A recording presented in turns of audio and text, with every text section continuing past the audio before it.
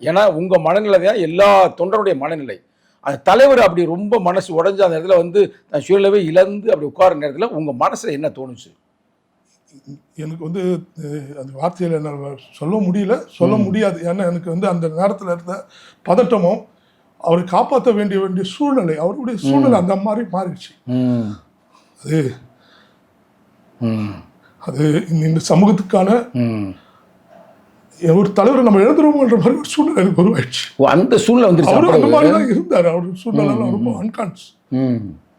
நான் நேற்று கூட அவர் முந்தினத்தை சந்திக்கும் போது கூட சொன்னேன், நீங்கள் தயவுசெய்து ஏதாவது ஒரு மருத்துவமனையில் மருத்துவம் பாருங்க, உங்களால முடியல அப்படின்னா எனக்கு உண்மையாலுமே வலி அதிகமா இருக்குப்பா, கை தூக்க அவரே சொன்னாரு, கை தூக்க முடியல என்னால, இந்த 2 கையும் பாதி தூரத்துக்கு மேல தூக்க முடியல, வலி இருந்தாலும் நம்ம தோழர்கள் விபத்துல நிறைய பேர் அடிபட்டு அவங்களெல்லாம் போய் மருத்துவமனை பார்க்க வேண்டியது இருக்கு.